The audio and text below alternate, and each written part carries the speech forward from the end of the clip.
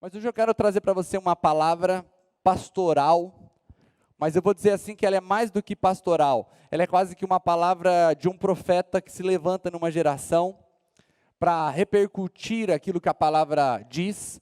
O tema da palavra essa manhã é não se renda. Não se renda. Eu coloquei essa imagem aí. Todo mundo, não sei quem aqui assistiu esse filme. Esse filme é bacana, é até um pouco difícil de acreditar, mas ele com aquele bracinho dele ali, ele ganha desses caras todos. É por causa do boné, né? É verdade. Mas por que eu coloquei aquilo? Porque nós estamos em uma guerra constante e se render custará caro para você. Se dobrar ao que o sistema está te impondo, se dobrar ao mundo, pode custar a sua eternidade. Eu quero ler com você, o primeiro texto que nós vamos ler hoje é a primeira carta de João, capítulo 2, nós vamos ler o verso 15 ao verso 17, depois nós vamos ler Tiago. João capítulo 2, do verso 15 ao verso 17, diz assim: não amem o mundo, nem o que nele há. Se alguém amar o mundo, o amor do Pai não está nele. Pois tudo o que há no mundo, ele vai dizer o que tem no mundo: a cobiça da carne, a cobiça dos olhos e a ostentação dos bens, aqui em outra versão vai dizer a soberba da vida, não provém do Pai, mas do mundo. O mundo e a sua cobiça passarão, mas aquele que faz a vontade de Deus permanece para sempre. Amém? Tiago, capítulo 4, do verso 1 ao 5.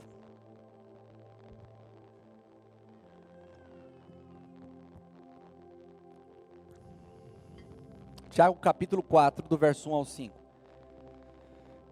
Diz assim: de onde vêm as guerras e as contendas que há entre vocês? Não vêm das paixões que guerreiam dentro de vocês? Vocês cobiçam coisas e não as têm. Matam e invejam, mas não conseguem obter o que desejam. Vocês vivem a lutar e fazer guerras. Não têm, porque não pedem. Quando pedem, não recebem, pois pedem por motivos errados, para gastarem seus prazeres. Adúlteros, vocês não sabem que a amizade com o mundo é inimizade com Deus? Quem quer ser amigo do mundo, faz-se inimigo de Deus. Ou vocês acham que é sem razão que a Escritura diz que o Espírito que Ele fez habitar em nós tem forte ciúmes? Aqui nós vemos duas pessoas falarem de dois assuntos muito semelhantes. O primeiro deles que nós lemos é João, o apóstolo do amor. João, aquele que andou com Jesus, aquele que trouxe as revelações do Apocalipse. O outro quem escreve é Tiago. Os dois são duas pessoas distintas, diferentes, mas que estão imbuídos de pregar uma mensagem para uma geração que passaria pela tentativa da sedução do mundo. O que é o mundo? Qual é esse amor e essa amizade que eles condenam? Não é o mundo pessoas, não é o mundo planeta. Não tem problema amar o mundo quando o mundo que você está se referindo são as pessoas que habitam no mundo.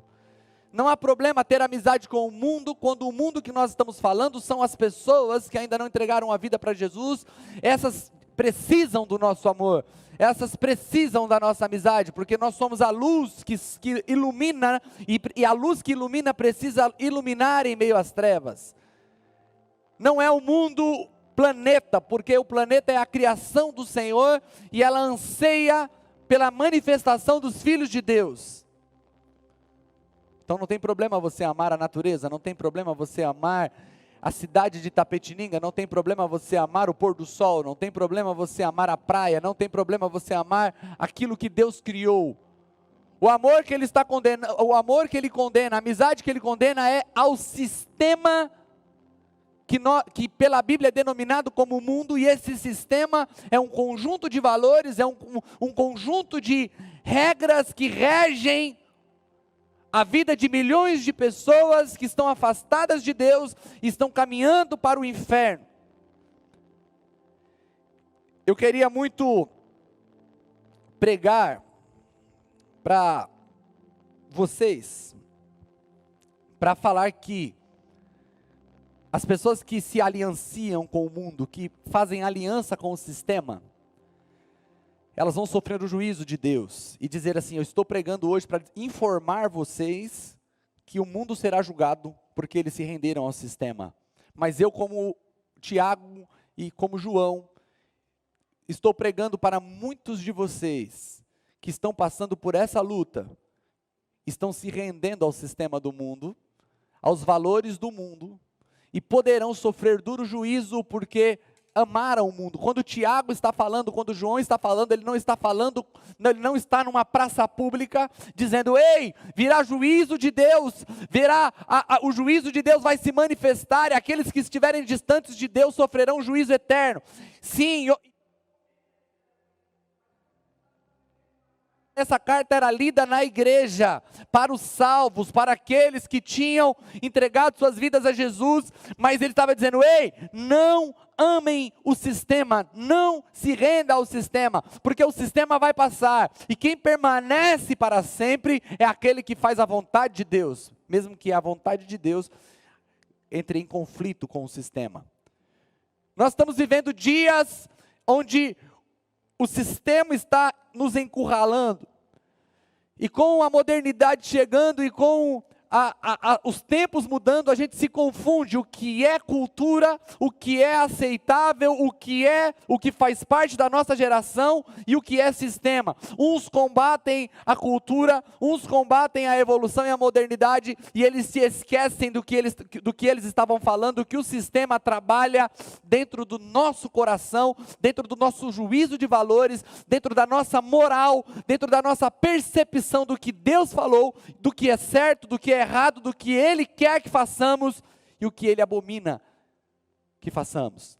Quando nós começamos a entender que há um plano, há um arquiteto, o apóstolo Paulo fala que nós não podemos ignorar os ardis de Satanás. Ele tem um projeto de colocar no coração das pessoas uma regência, um caminho, um processo que afaste as pessoas de Deus, porque Ele não quer que nós possamos permanecer para sempre, e você vai permanecer para sempre, amém, queridos?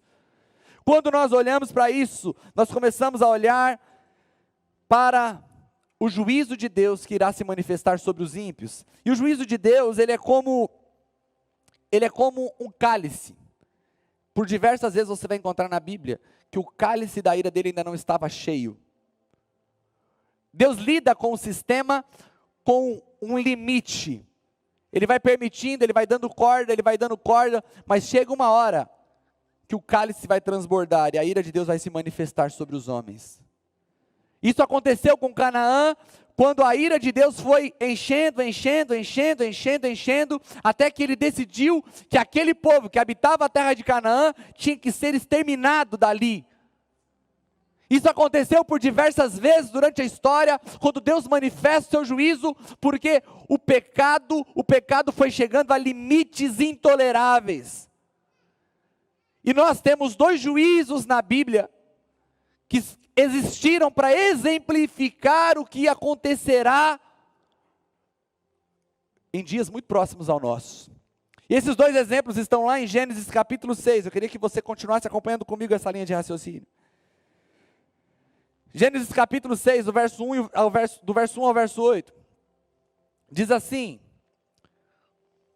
quando os homens começaram a multiplicar-se na terra, e lhes nasceram filhas, os filhos de Deus viram que as filhas dos homens eram bonitas, e escolheram para si aquelas que lhe agradaram.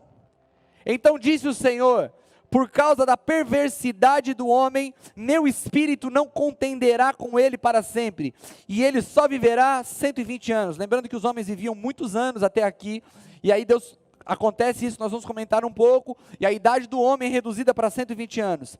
Naqueles dias havia nefilins na terra. Nefilins eram gigantes. E também posteriormente, quando os filhos de Deus possuíram as filhas dos homens, e elas lhe deram filhos, eles foram os heróis do passado, homens famosos. O Senhor viu que a perversidade do homem tinha aumentado na terra, e que toda a inclinação dos pensamentos do seu coração era sempre e somente para o mal. Então disse o Senhor... Então o Senhor arrependeu-se de ter feito o homem sobre a terra, e isso cortou-lhe o coração. Disse o Senhor: farei desaparecer da face da terra o homem que criei, os homens e também os animais, grandes, os animais pequenos e as aves do céu. Arrependo-me de havê-los feito. A Noé, porém, o Senhor mostrou benevolência. Aqui nós estamos falando da primeira manifestação de juízo de Deus, que é o dilúvio. Existem muitas interpretações aqui para o que aconteceu nesse momento, quem eram os filhos dos homens, quem eram os filhos de Deus, quem eram as filhas dos homens. Alguns dizem que os filhos de Deus era a descendência ali de Sete, que olhou para as filhas dos homens, descendentes de Caim. Existe uma outro entendimento também plausível para a Bíblia, difícil de entender, que os anjos se materializaram, tiveram relações sexuais com as mulheres e nasceram gigantes. Eu não estou aqui para dizer qual é a minha posição ou qual é a interpretação correta. O que eu quero te dizer que o que aconteceu aqui foi depravação moral, ligada à promiscuidade sexual. E quando Deus viu aquilo, Deus falou: não dá para continuar. Não dá para continuar. E o juízo de Deus veio sobre o mundo. Se você andar um pouco para frente, lá em Gênesis capítulo 19, é uma outra manifestação do juízo de Deus. Gênesis 19, a partir do verso 4, aqui o juízo está sobre a família, sobre a cidade de Sodoma e a cidade de Gomorra. A perversidade deles subiu até o céu, o limite da perversidade, o cálice transbordou, e Deus decidiu manifestar a ira dele sobre essas cidades. Deus envia anjos, depois de uma grande negociação de Abraão com Deus: Senhor, mas se tiver 50, o Senhor vai destruir. Não, se tiver 50 eu não destruo, mas não tem 50. Senhor, mas se tiver 40 justos ali dentro de Sodoma e Gomorra, o Senhor vai destruir. Se tiver 40 eu poupo a cidade por causa dos 40. Mas Senhor, e se tiver 30? Isso é plena manifestação do que acontecerá na terra. Porque enquanto nós estivermos aqui, Deus está poupando o juízo da terra por conta daqueles que são justos, mas um dia nós seremos retirados e a justiça vai se manifestar na terra. Eu oro para que você seja retirado junto, para que você não sofra o juízo que há de vir sobre os perversos, porque é exatamente isso que está acontecendo agora aqui. Pode deixar aberto Gênesis 19, nós já vamos ler. E aí, quando chega o socorro para a família de Ló, Deus envia 2 anjos para tirar a família de Ló ali de Sodoma e Gomorra. Olha o que acontece. Ainda não tinham ido deitar-se, quando todos os homens de toda a parte da cidade de Sodoma, dos mais jovens aos mais velhos, cercaram a casa. Chamaram Ló e lhe disseram: onde estão os homens que vieram à sua casa esta noite? Traga-os para nós aqui fora, para que tenhamos relações com eles. Os homens da cidade queriam ter relação sexual com os anjos que estavam dentro da casa de Ló. Olha como era o nível de perversidade.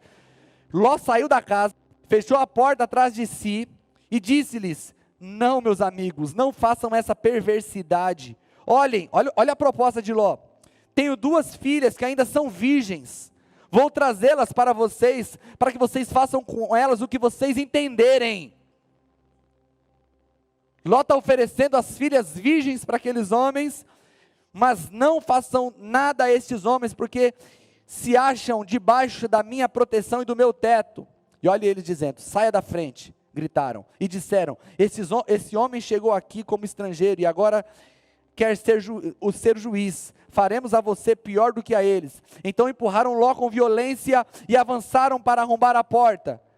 Nisso os 2 visitantes agarraram Ló e puxaram para dentro e fecharam a porta. Depois feriram de cegueira os homens que estavam à porta da casa, do mais jovem ao mais velho, de maneira que não conseguiam encontrar a porta. E aí o que acontece? Eles fogem da cidade. Você que não conhece a história da destruição de Sodoma e Gomorra, a Bíblia diz que ele manda eles não olhar para trás, fugirem daquele lugar, porque desceria fogo do céu. E a Bíblia diz que a mulher de Ló olha para trás, vira imediatamente uma estátua de sal, e Deus destrói a cidade de Sodoma e Gomorra. Ló vai para as cavernas, se esconde ali com suas 2 filhas. As suas 2 filhas, com medo de não encontrar homens, embriagam o pai, tem relação sexual com o próprio pai, que estava bêbado, e nasce 2 povos, os amonitas e os moabitas. De qual relação? De um incesto causado por relação de pai e filha, e quem é o abusador nesse caso foram as 2 filhas que abusaram do pai. Você consegue entender o nível de depravação moral?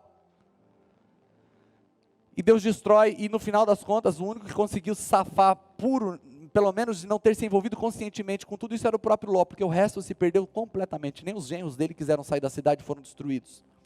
O que é que nós vemos de semelhança entre os 2 momentos de juízo, que exemplificam o juízo que virá sobre a terra? Tanto em Noé quanto em Ló, o grande problema é a depravação sexual.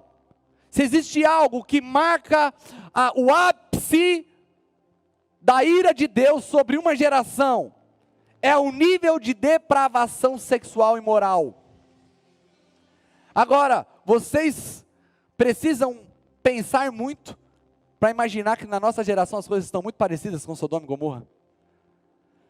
Hoje pela manhã, eu estava em casa, acordei de manhã, fui ler uma reportagem.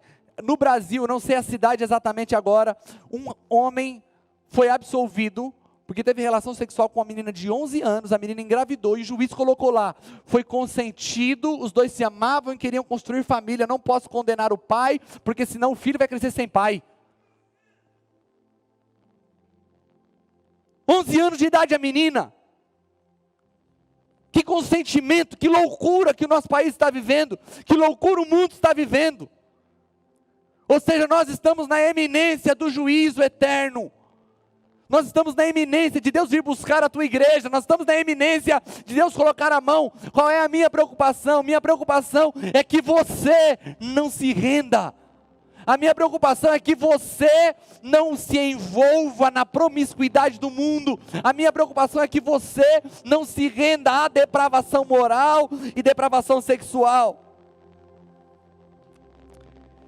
Eu estava fazendo um treinamento há uns 4 meses atrás. Eu estou já, quem anda perto de mim sabe, já falei isso algumas vezes, que eu estou estudando o mercado financeiro já faz 2 anos. Eu fiz um curso há uns 3 meses atrás. E era um curso mais voltado para parte emocional, como lidar com a questão emocional nos investimentos. E uma das matérias era aprendendo a se dessensibilizar. O que era isso? Por isso que eu conversei com você hoje sobre essa palavra, dessensibilizar, porque eu aprendi nesse curso. Que é justamente você começar a imaginar as operações que você está fazendo no mercado financeiro. Você imagina você ganhando, controla a tua euforia, tudo isso na imaginação. E depois você imagina por diversas vezes você cometendo erros e perdendo, e lidando com isso para que quando acontecer, na real, você não se desgaste emocionalmente ao ponto de se destruir. Esse é um processo de dessensibilização.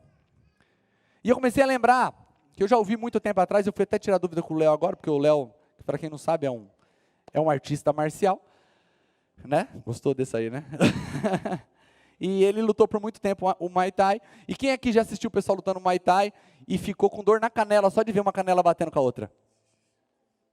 Gente, bater a canela no cantinho da mesa dá uma dor. E aí você vê aqueles caras ali lá na Tailândia, pá, canela com canela, com mais força, faz até barulho. E eles continuam lutando. Menino, se o cara der uma daquela na minha canela, já é 3 dias chorando. Por que eles conseguem dentro de uma luta bater? Porque eles passam pelo processo. O Léo falou, eu nunca usei, eu vi esse termo, dessensibilização, mas é justamente isso, é o processo para criar calo. Então, no treinamento, ele falou quase 1 ano para poder criar, 1 ano de treino intenso, bater na canela. Quando eu vi, muito tempo atrás, alguma coisa sobre isso, eles usavam uma madeirinha, esse pessoal lá da Tailândia, na canela, para ir podendo criar calo na canela, para quando fosse lutar, não tivesse mais sensível àquela área. Qual que é a estratégia de Satanás com os cristãos? Dessensibilizá-los a respeito do que é pecado. Você começa a assistir programas que têm cenas sexuais e aquilo começa a não te incomodar mais. Você não passa para frente, você não muda o canal, e você fala para o teu filho, fecha o olho porque criança não pode ver. Deixa eu dizer uma coisa para você, o que o seu filho não pode ver, você também não pode. Porque o inimigo está tirando a sua sensibilidade do que é pecado. Relação sexual fora do casamento, com mais do que uma pessoa, adultério, traição. As pessoas me perguntam assim, pastor, é pecado ouvir música secular? É difícil você dividir música secular de música cristã, música gospel. É pecado ouvir música ruim. E aí a pessoa fica ouvindo música, 95% dos sertanejos do nosso dia, não vou nem falar do funk e de outras coisas aí. São músicas comerciais, é música para vender. Não foi música escrita por um poeta. Tem muita música que não é cristã, mas foram poetas que escreveram, muito boas. Mas a maioria dos nossos dias são escritas para vender. E sabe o que agrada o coração das pessoas? É aquilo que tem sintonia com o sistema. Ou seja, traição, adultério.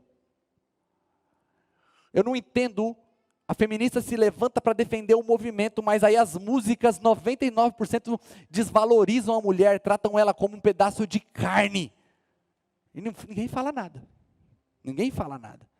Quando a igreja fala que o marido precisa amar a mulher como Cristo amou a igreja ela é machista.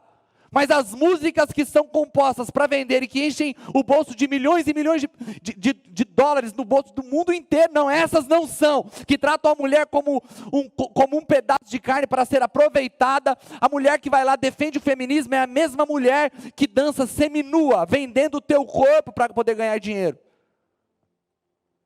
Entende como está tudo virado de ponta cabeça? E nós, como cristãos, estamos dentro de um processo do inimigo de tirar a nossa sensibilidade. Se você escuta uma música de depravação moral e você não sente vontade de passar para frente, ou mudar, ou se você está assistindo um filme, irmãos, tem séries que são boas. Tem muita gente que vem me indicar série boa e fala, pastor, é boa, só que assim, tem muita cena de sexo, não pode ter as crianças na sala. O que eu percebo? Perdeu a sensibilidade, está perdendo a sensibilidade. Eu comecei a assistir uma série estava viajando, falei, eu preciso de uma série eu ia ficar quase 6 horas em trânsito, viajando, saindo dos Estados Unidos, indo para o México, do México, esperando mais um tempão para vir para o Brasil, falei, eu tenho tempo de assistir uma série nesse período. Achei uma série lá de 6 ou 7 capítulos, na metade eu tive que parar, uma vontade de saber o que aconteceu depois, mas não tem como continuar assistindo. Porque era tanta cena de depravação que eu tive que parar, nunca mais vou saber o que aconteceu, mas não tem como, não importa. Não importa, a curiosidade vai ficar, mas não dá para passar por aquele corredor sujo do pecado para saber o que aconteceu, não vale a pena. Agora nós estamos perdendo a sensibilidade do que é pecado e do que não é. E a pornografia é o ápice da falta de sensibilidade. Aquela pessoa que está tendo relação sexual lá na sua frente, lá que você está assistindo, ela é uma pessoa alvo do amor de Jesus igual você.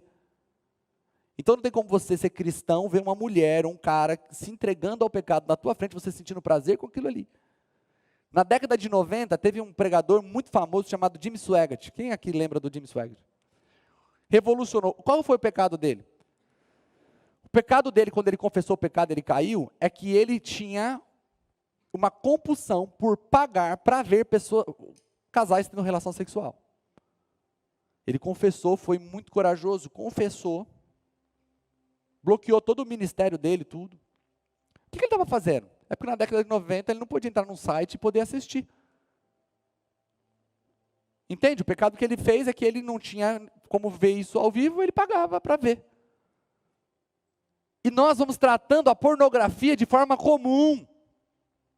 Essa perversidade vai entrando dentro das casas de maneira que tem transformado completamente o nosso entendimento do que é certo e o que é errado. Não conseguiremos escapar das garras do inimigo somente prestando atenção no que a Bíblia diz, ei, não faça. Ou seja, nós temos que entender o que está nos levando a estarmos tão expostos às artimanhas de Satanás. Está tudo tão corrompido, que a concepção de sexo está deturpada. Solteiros fazem sexo, casados não. Que bagunça é essa? Não, é verdade, irmão. É pecado para o solteiro fazer sexo, mas é pecado para o casado não fazer. E não é só no mundo não que a gente tem visto essa loucura. Na igreja acontece a mesma coisa. Pessoas do mesmo sexo lutam para casar e as que são héteros não querem casar. Não é verdade? Não é isso que a gente tem visto? Batalhas judiciais para pessoas homossexuais casarem. Mas os héteros não querem casar mais não. Casando nos 40, 45 anos. Porque é bom ficar solteiro mesmo. Vida de casado, as músicas nos dizem que a vida de casado é uma porcaria e que é bom mesmo é ficar solteiro. Nós brincamos quando alguém vai casar, meus pêsames.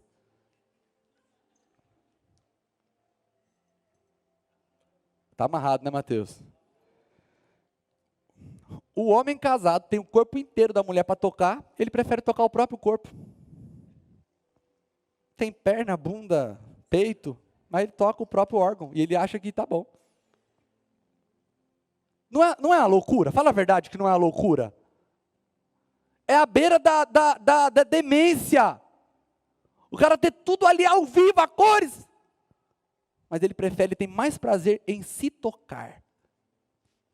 Gente, namoro recreativo é antibíblico. O que é namoro recreativo, pastor? É quando você começa a namorar por namorar. Bíblia não criou namoro, Bíblia criou casamento. Você só namora para casar.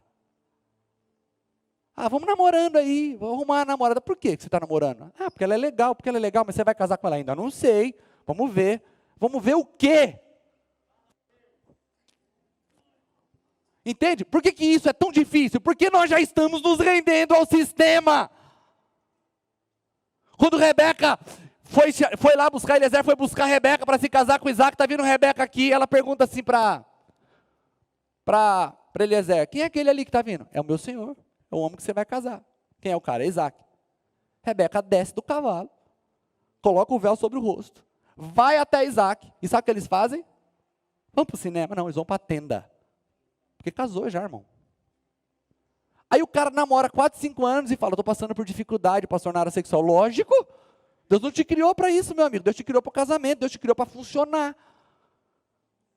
Deus colocou todo o órgão reprodutor da mulher de prazer e do homem para funcionar. E o que Deus faz, funciona. Aí você põe os dois 4 anos namorando ali, o fogo batendo. Estou passando por tentação. Não, você está se pondo em tentação. Se você não aguenta passar por isso, ou larga ou casa. Namoro recreativo já é fruto do sistema. Dá para entender isso? Então só arruma uma namorada quando você quiser casar. A abstinência sexual no casamento também é fruto do sistema.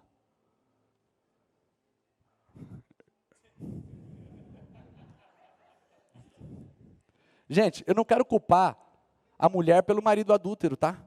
Mas é muito tolice você achar que dá para ignorar as proteções que Deus colocou para o casamento e achar que tudo vai ficar fácil de ser vencido. Olha aqui, vou ler para você, 1 Coríntios capítulo 7. 1 Coríntios 7, versos 5 e 6.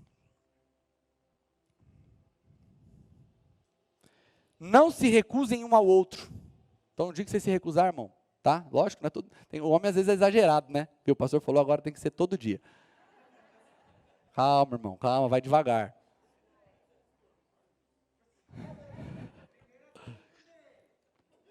Não se recusem um ao outro, exceto por mútuo consentimento e durante certo tempo, para se dedicarem à oração. Então, se não for oração, depois unam-se de novo. E ele vai dizer aqui, para que Satanás não os tente por não terem domínio próprio.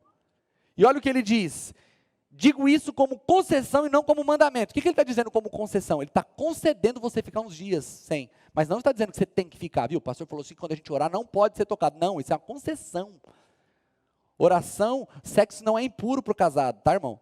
Então você pode ter relação e depois orar. Olha que beleza, não fique com vergonha de falar com Deus, porque isso não é pecado. Pecado é ficar sem. Pecado é você deixar o seu casamento e ser entregue nas mãos de Satanás, porque você está se vendendo ao sistema. Ai, pastor, mas estou sem vontade. Irmã, se deixe ser conquistada. O marido vem às vezes, se ele não está sabendo conquistar, fala, ó, você quer? Vai ter que aprender a conquistar também, porque não é assim, não sou uma máquina. Mas a mulher nem se deixa. Não quero vir para o outro lado e não me force.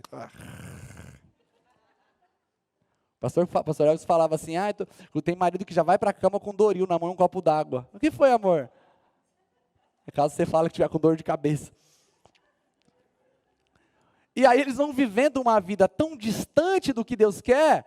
Aí, nós falamos semana passada sobre criação de filhos. Eu fui numa célula essa semana, fui supervisionar uma célula, e a gente começou a conversar sobre isso. Se o casal viver alinhado, já é meio caminho andado para a educação de filhos, porque se o filho vê o pai e a mãe apaixonados, felizes, e tem coisa que deixa mais feliz o casal? E por que então a gente está deixando o sistema entrar dentro da nossa casa, bagunçar tudo? Expondo o seu marido, às vezes, às tentações. Expondo a sua esposa à ira, porque vocês conversam sobre tudo. Só que vocês dois aprenderam só a conversar gritando, né? Então vocês só conseguem brigar. Vocês não conseguem sentar e conversar sobre o que está dificultando. Você tem que conversar sobre tudo. Não faço porque me incomoda. Conversa para fazer de um jeito que não te incomode. Queria estar só nós aqui, né? Para nós conversar bem abertamente sobre esse assunto, eu tenho que tentar ir ali, caminhando pelas laterais, mas vocês são bons entendedores. Vocês podem bater um papo sobre o assunto, mas fazer esse momento ser algo, porque ficar sem é se dobrar ao sistema, porque você está empurrando o seu casamento para o pecado. Se nós começarmos a lutar contra o sistema, dizer, não, se for para namorar é para casar, se eu não estou pronto para casar, eu não quero namorar. E o que é estar pronto para casar? Sabe por que muitas pessoas, nós estamos se preparando para casar, porque nossa cultura preparou as pessoas de forma errada para o casamento. Gasta-se muito dinheiro para se casar, sendo que o casamento é o início de um ciclo financeiro que deveria ser econômico. Ou seja, vai ter tempo que o casal vai poder fazer coisas muito boas, mas o início do casamento, essa cultura, dificulta as pessoas obedecerem a Deus. Não, vou casar quando eu tiver casa própria, vou casar quando eu tiver dinheiro para fazer uma baita festa. Você está maluco? Casei, eu não tinha. Graças a Deus, eu fui liberto dessa cultura. Quando eu casei, eu falei, mas meu pai não pode ajudar só com o vestido. Beleza, nós vamos fazer o que tiver. Contratei lá um buffet familiar lá para fazer para mim, investindo ali, fiz um lugar bacana para a gente entrar. Na hora que chegou meu casamento, irmão, na hora que chegou a hora de servir, eu tinha fechado com. Eu falei, não tem condições de pagar um janta. Mas, irmão, pobre de marré. Nossa casa não tinha acabamento nenhum por fora, só algumas coisinhas por dentro, tudo que a gente estava dentro da casa era ganhado. Compramos uma coisinha ou outra. No primeiro dia de casamento, eu e minha esposa estavam deitados no meu colchão de solteiro, no colchão de solteiro que ela trouxe da casa dela, junto no quarto, com o meu notebook aberto em cima da caixa de prato que a gente ganhou para assistir um filme. Não tinha televisão. Contratei uma empresa para fazer o salgadinho. A empresa, quando eu cheguei lá, a festa percebendo que só vinha batatinha para o povo. Falei, vou lá ver o que aconteceu. Estava fritando salgadinho numa panelinha para mais que 150 pessoas. Comecei a ver as pessoas saírem do casamento para jantar fora. Sabe, fiquei triste nada, irmão. Estava pensando na minha lua de mel. Casamento é para o casal. E a gente começa errado. Começa com ostentação. Fica endividado pelos próximos 5 anos da vida porque quis fazer um baile do casamento. Se seu pai tem condição, sua mãe tem condição, e falar, vamos abençoar, receba, irmão. Se você puder pedir sua parte em dinheiro, é melhor ainda, vai te ajudar muito mais do que uma baita de uma festa. Falou, vou pagar 30 mil na sua festa, dá esses 30 mil aqui, vou trabalhar com ele. Era muito melhor, mas a cultura de que, tem que ser inesquecível, dá para ser inesquecível gastando pouco. Eu tenho que ter a minha casa, irmão do céu. Eu fui comprar minha casa, eu casei em 2009, fui construir minha casa em 2016. Hoje eu tenho uma boa casa. Hoje eu teria condições de fazer uma boa festa de casamento. Mas eu já estou casado, eu já tenho filhos, eu tenho planos, eu tenho um projeto, as coisas acontecem a seu tempo. Você está entrando no sistema, atrasando um casamento. Por quê? Porque disseram que tem que ser assim. Quando Deus fez Adão, Ele construiu Eva e falou, espera um pouquinho para ver se você vai gostar. Irmão, quando ele viu aquela mulher pelada, não, pastor, só aconteceu sexo depois da queda. Não, a Bíblia diz que um dos castigos da mulher era multiplicar a dor de parto, quer dizer, ela já tinha muitos partos antes do pecado. Ou seja, o negócio já estava acontecendo de forma saudável já, e que ele nem reconhecia que ela estava nua. Imagina se reconhecesse que estava. Olha a quantidade de filhos que eles poderiam ter. Por isso, quando você sai, você vê Caim saindo, encontrando gente, irmão, já era anos fazendo filho. porque eles estavam vivendo dentro de um jardim. Deus construiu eles para viver dentro do jardim. A sua casa precisa ser um jardim. Você precisa construir a sua casa dentro dos parâmetros de Deus, para que você não seja tentado a se render. Porque aí começa daqui a pouco o tal de, não tem nada a ver, isso aqui é coisa do passado. A Bíblia não é coisa do passado. A palavra de Deus, ela é atual. Mais do, como dizia Billy Graham, mais do que o jornal que sairá amanhã. Ou seja, nós precisamos nos render, mas a palavra de Deus. Agora, eu quero finalizar com um raciocínio simples. A mensagem é clara, direta, mas eu quero ler um texto, porque Pedro vai falar sobre os dois personagens, porque os dois exemplos de dilúvio e Sodoma e Gomorra são exemplos de juízos que irão acontecer. Ambos apontam para o dia de Cristo. Ambos. Em Noé, foi a água, não vai acontecer com água, mas é construída uma arca, e quem estava na arca foi protegido do juízo. Cristo é a nossa arca, amém, queridos? Quem estiver em Cristo não sofrerá o juízo, amém, amados? Em Sodoma e Gomorra, é o rápido, é tirá-los dali, para que haja juízo na terra, nós seremos retirados, amém, amados? Agora, ali não é só revelação do juízo, também é revelação de como tem que se comportar aqueles que não querem sofrer o juízo. E aqui, a segunda carta de Pedro, capítulo 2, do verso 5 ao 10 diz: Ele não poupou o mundo antigo quando trouxe o dilúvio sobre aquele povo ímpio, mas preservou Noé. Preste atenção nessa frase, como Noé é chamado. Pregador da justiça. Repete comigo para ficar fixo. Noé, fala Noé, pregador da justiça. E ele continua dizendo, e mais 7 pessoas. Também condenou a cidade de Sodoma e Gomorra, reduzindo-os a cinza, tornando-as exemplo do que acontecerá aos ímpios. Lembra que eu falei? Que era um exemplo do que iria acontecer. Mas livrou Ló. Aí Ló não é chamado de pregador da justiça, é chamado de homem justo. E ele vai dizer que é um justo que se afligia. Então Jó era o justo afligido, com o procedimento libertino dos que não tinham princípios morais. Pois vivendo entre eles, todos os dias, aquele justo se atormentava em sua alma justa por causa das maldades que via e ouvia. Vemos, portanto, que o Senhor sabe livrar os piedosos da provação e manter em castigo os ímpios para o dia do juízo, especialmente os que seguem os desejos impuros da carne e desprezam a autoridade, insolentes e arrogantes. Tais homens não têm medo de difamar os seres celestiais. Ele fala de 2 homens. Eu quero terminar essa mensagem falando do perfil dos 2 homens e te mostrando qual é o perfil que você precisa ter, ou que pelo menos o qual você precisa escolher. Ló é chamado de justo afligido. O que é o justo afligido? É aquela pessoa que vê o que está acontecendo e sofre. Ele é puro, ele olha para o que está acontecendo no mundo, ele chora diante de Deus porque o mundo está perdido. Só que essa postura de Ló só salvou ele mesmo. Porque ele perdeu todos, perdeu a cidade, perdeu sua família, suas filhas já estavam...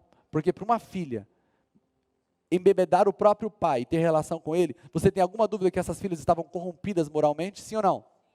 Estavam corrompidas moralmente. Então Ló não salvou ninguém, salvou só ele mesmo. Porque ele era um justo afligido. Mas Noé salvou toda a sua família. Sabe por que qual era a diferença de Ló e de Noé? É que Noé não era um justo afligido, ele era um pregador da justiça. Ele não queria salvar só a si mesmo. Ele estava inconformado com o mundo que ele vivia. Mas ele trabalhou durante um bom tempo, pregando literalmente, prego e justiça. Construindo com suas próprias mãos um lugar para a salvação. E ao mesmo tempo que ele compartilhava a palavra da salvação com aqueles que estavam ao seu redor. Se você se comportar como Ló, a partir de hoje você, estou muito afligido. Não quero mais assistir programas que me desensibilizem. Não quero ouvir músicas que me desensibilizem, eu quero me manter sensível ao que é pecado, eu quero viver um casamento santo, quero cuidar do meu matrimônio para que nós não sejamos tentados por Satanás. Se você é solteiro, eu quero procurar uma esposa, não quero mais procurar uma namorada. Então, enquanto eu não puder ter condições... Ah, pastor, então quer dizer que eu posso namorar e eu vou ter que casar com ela? Não, se você perceber, muito rápido você descobre que uma namorada ou um namorado não é para você. É muito rápido, você não precisa de anos para descobrir isso. Na verdade, passou ali 2, 3 meses, quando a paixão acaba, meu amigo, quando você volta à racionalidade, começa a pensar, porque a paixão nos emburrece, e quando o emburrecimento passa, você já está em condição de dizer, não é para mim. Mas sabe por que as pessoas não largam? Porque nesse período de paixão passaram a ter relação sexual e tiveram uma ligação de alma, e eles não querem perder o prazer, e eles ficam com uma pessoa que eles sabem que serão péssimos maridos e péssimas esposas, porque eles pularam etapa. Se tivessem se mantido puros, conseguiriam dizer, não quero mais, não devo nada. Eu digo porque eu prefiro lidar, já falei isso para meus discípulos, eu prefiro lidar com um fim de namoro litigioso do que um divórcio pacífico. Prefiro que os dois saiam brigados no namoro do que terminem dando as mãos num divórcio. Mas por que demora tanto tempo? Porque pularam etapas no namoro, porque entenderam que o namoro, aquilo era lícito para o namoro. Então você pode ter uma postura de eu não quero mais ficar preso a esse mundo e ficar aí no seu canto sofrendo. Talvez você salve só você mesmo. Mas se você for como Noé, e se tornar um pregador da justiça, começar a criar um ambiente na tua casa, começar a criar um ambiente na sua vizinhança, começar a criar um ambiente na célula que você faz parte, entender que existe uma arca sendo construída aqui, que é a igreja, que é Jesus, o corpo de Cristo, e que nós podemos trazer pessoas para dentro dessa arca, pessoas que você ama não sofrerão juízo porque você se comportou bem, porque você foi um pregador da justiça. Eu quero te desafiar a não só ser alguém que se aflige, mas alguém que se posiciona para ver a sua família ser salva, para ver aqueles que estão próximos a você ser salvo. Você quer ser um pregador da justiça? Aquele que literalmente participa da construção de um lugar que gerará salvação para aqueles que amamos, para a nossa família e para os nossos amigos. Mas você não irá se calar mais. Amém, queridos?